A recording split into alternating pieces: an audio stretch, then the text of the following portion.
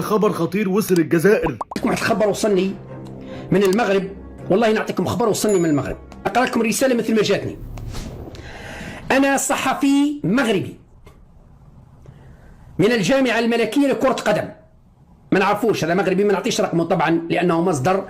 اذا كان صحيح كارثه، اذا كان مش صحيح يعني نعطيكم الخبر اللي وصلني.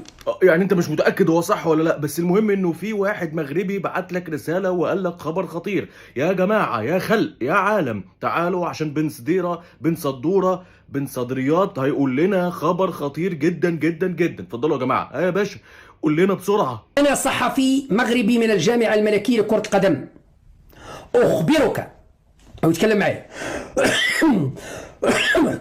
هناك مؤامره تطبخ ضد المنتخب الجزائري لكرة القدم على نار هادئة.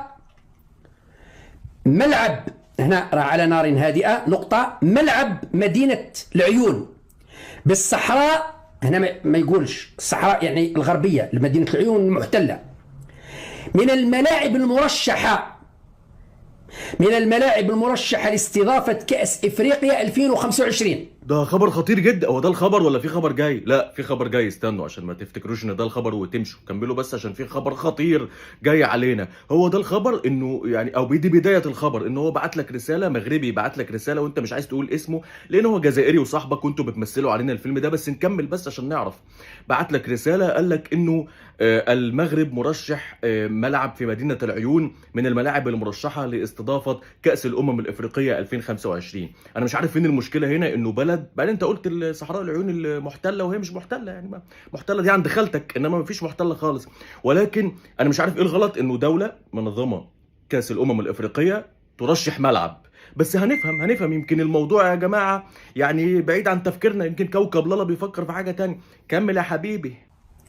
وحسب اخبار مسربه من داخل الجامعه الملكيه، يسعى رئيس الجامعه اللي هو فوزي لقجع لاستضافة الفريق الجزائري لكرة القدم في هذا الملعب. يا نهار ابيض، يعني هيستضيف الفريق الجزائري في هذا الملعب؟ طب ايه المشكله؟ انت رايح تلعب جوه الاراضي المغربيه، وعلم المغرب هيترفع في هذه الارض وانت هتلعب عليها ساكت ولن تتكلم.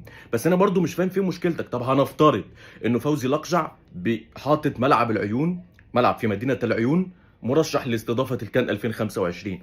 انت مالك بقى؟ انا معرفش. مال اهلك؟ انا معرفش. مال الست الحاجه؟ انا معرفش. فانا برضو مش فاهم مشكلتك فين يا فندم. وبقى المفروض ان فوزي لقجع بقى يحط الجزائر في القرعه عشان تلعب في ملعب العيون. يعني انتوا دماغكم بصراحه بقت ضيقه قوي في كوكب لالا. ولكن انا عن نفسي هقول لك انا نفسي تلعبوا في ملعب العيون. ايه رايك؟ او غلاسه كده. انا عن نفسي تلعبوا في مدينه العيون، والله نفسي تلعب في الملعب ده واشوف كده الفريق الجزائري هيعمل ايه بقى ساعتها. بس كمل لنا برضو، قول لنا ايه الخبر. حاب يرتب انه في القرعه يدير الفريق الجزائري يلعب في هذا الملعب اللي هو مدينه العيون المحتله.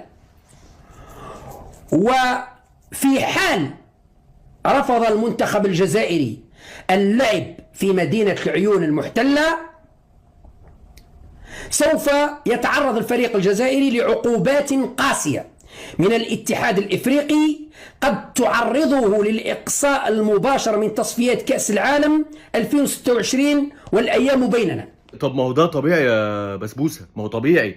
يعني هنفترض انه المغرب لما نظم الملاعب او لما نظم البطوله، في ملاعب هتستضيف البطوله، ففي ملعب في مدينه العيون هيستضيف ماتشات مجموعه، فالجزائر طلعت مجموعتها في هذه الملاعب، هتلعب في العيون غصب عنك تحت الرايه المغربيه غصب عنك. انسحبت انت بقى. انت عمرك سمعت دي؟